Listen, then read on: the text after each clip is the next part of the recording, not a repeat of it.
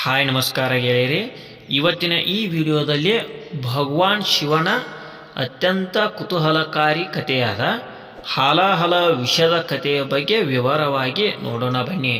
ಇನ್ನು ಯಾರು ನಮ್ಮ ಚಾನಲನ್ನು ಸಬ್ಸ್ಕ್ರೈಬ್ ಮಾಡಿಲ್ವೋ ಸಬ್ಸ್ಕ್ರೈಬ್ ಮಾಡೋದನ್ನು ಮರೆಯಿರಿ. ಸಮುದ್ರ ಮಂಥನ ಅಥವಾ ಸಮುದ್ರ ಮಂಥನ ಎಂದು ಕರೆಯಲ್ಪಡುವ ಹಾಲಾಹಲ ವಿಷದ ಕಥೆಯು ಹಿಂದೂ ಪುರಾಣದ ಒಂದು ಮಹತ್ವದ ಪ್ರಸಂಗವಾಗಿದೆ. ಇದು ಮಹಾಭಾರತ, ಭಾಗವತ ಪುರಾಣ ಮತ್ತು ವಿಷ್ಣು ಪುರಾಣ ಸೇರಿದಂತೆ ಹಲವಾರು ಪ್ರಾಚೀನ ಗ್ರಂಥಗಳಲ್ಲಿ ಕಂಡುಬರುತ್ತದೆ. ಅಮೃತ ಎಂದು ಕರೆಯಲ್ಪಡುವ ಅಮರತ್ವದ ಅಮೃತವನ್ನು ಪಡೆಯಲು ದೇವತೆಗಳು ಮತ್ತು ರಾಕ್ಷಸರು ಕಾಸ್ಮಿಕ್ ಸಾಗರವನ್ನು ಮಂಥನ ಮಾಡುವ ಸುತ್ತ ಈ ಕಥೆ ಸುತ್ತುತ್ತದೆ.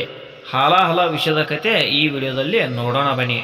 ಹಾಲಾಹಲ ವಿಷದ ಕಥೆಯ ಹಿನ್ನೆಲೆಯನ್ನು ನೋಡುವುದಾದರೆ, ದೇವತೆಗಳು ಮತ್ತು ರಾಕ್ಷಸರು ನಿರಂತರ ಪ್ರಾಬಲ್ಯಕ್ಕಾಗಿ ಯುದ್ಧದಲ್ಲಿ ತೊಡಗಿದ್ದರಿಂದ ಅಮೃತವನ್ನು ಪಡೆಯಲು ಬ್ರಹ್ಮಾಂಡದ ರಕ್ಷಕನಾದ ವಿಷ್ಣುವಿನ ಸಹಾಯವನ್ನು ಕೋರಿದರು. ವಿಷ್ಣು ಅವರಿಗೆ ಕ್ಷೀರಸಾಗರವನ್ನು ಮಂಥನ ಮಾಡಲು ಸಲಹೆ ನೀಡಿದರು. ಇದು ಅಮರತ್ವದ ಅಮೃತವನ್ನು ಹೊಂದಿದೆ ಎಂದು ನಂಬಲಾಗಿದೆ. ಆದಾಗ್ಯೂ ಅವರಿಗೆ ಮಂದಾರ ಪರ್ವತವನ್ನು ಮಂಥನದ ಕೋಲಾಗಿ ಮತ್ತು ಸರ್ಪರಾಜ ವಾಸುಕಿಯನ್ನು ಮಂಥನದ ಹಗ್ಗವಾಗಿ ಅಗತ್ಯವಿದೆ. ಇವಾಗ ಮಂಥನ ಹೇಗೆ ಮಾಡುತ್ತಾರೆ ಅಂತ ನೋಡೋಣ ಬನ್ನಿ. ದೇವತೆಗಳು ಮತ್ತು ಅಸುರರು ಕ್ಷೀರಸಾಗರದ ದಡದಲ್ಲಿ ಒಟ್ಟುಗೂಡಿದರು ಮತ್ತು ಮಂಥನವನ್ನು ಪ್ರಾರಂಭಿಸಿದರು. ಅವರು ಮಂದಾರ ಪರ್ವತದ ಸುತ್ತಲೂ ಸುತ್ತುವರಿದರು. ಶಕ್ತಿಶಾಲಿ ಸರ್ಪವಾದ ವಾಸುಕಿಯನ್ನು ಮಂಥನದ ಹಗ್ಗವಾಗಿ ಬಳಸಿದರು. ಭಗವಾನ್ ವಿಷ್ಣು ದೈತ್ಯ ಆಮೆ ಕುರ್ಮದ ರೂಪವನ್ನು ತೆಗೆದುಕೊಂಡು ಕೆಳಗಿನಿಂದ ಪರ್ವತನವನ್ನು ಬೆಂಬಲಿಸಿದನು.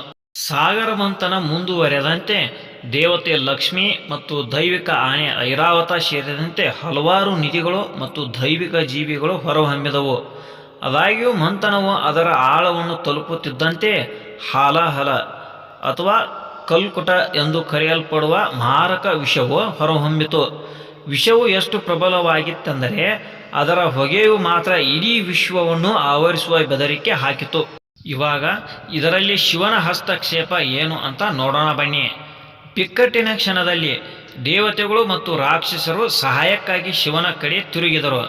ಶಿವನ ಕರುಣೆಯಿಂದ ಮತ್ತು ವಿಶ್ವವನ್ನು ಉಳಿಸಲು ಹಾಲಾಹಲ ವಿಷವನ್ನು ಸೇವಿಸಲು ಒಪ್ಪಿಕೊಂಡನು.